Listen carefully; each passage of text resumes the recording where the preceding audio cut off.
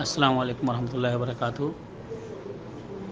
ابو الدرداء رضی اللہ تعالیٰ عنہ حدیث کے راوی ہیں، کہتے ہیں کہ قال رسول اللہ صلی اللہ علیہ وسلم انکم تدعون یوم القیامۃ باسمائکم واسماء ابنائکم واسماء آبائکم فاحسنوا اسماءکم۔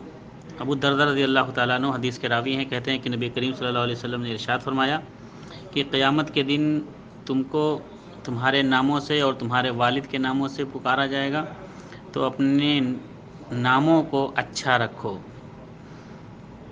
یہ حدیث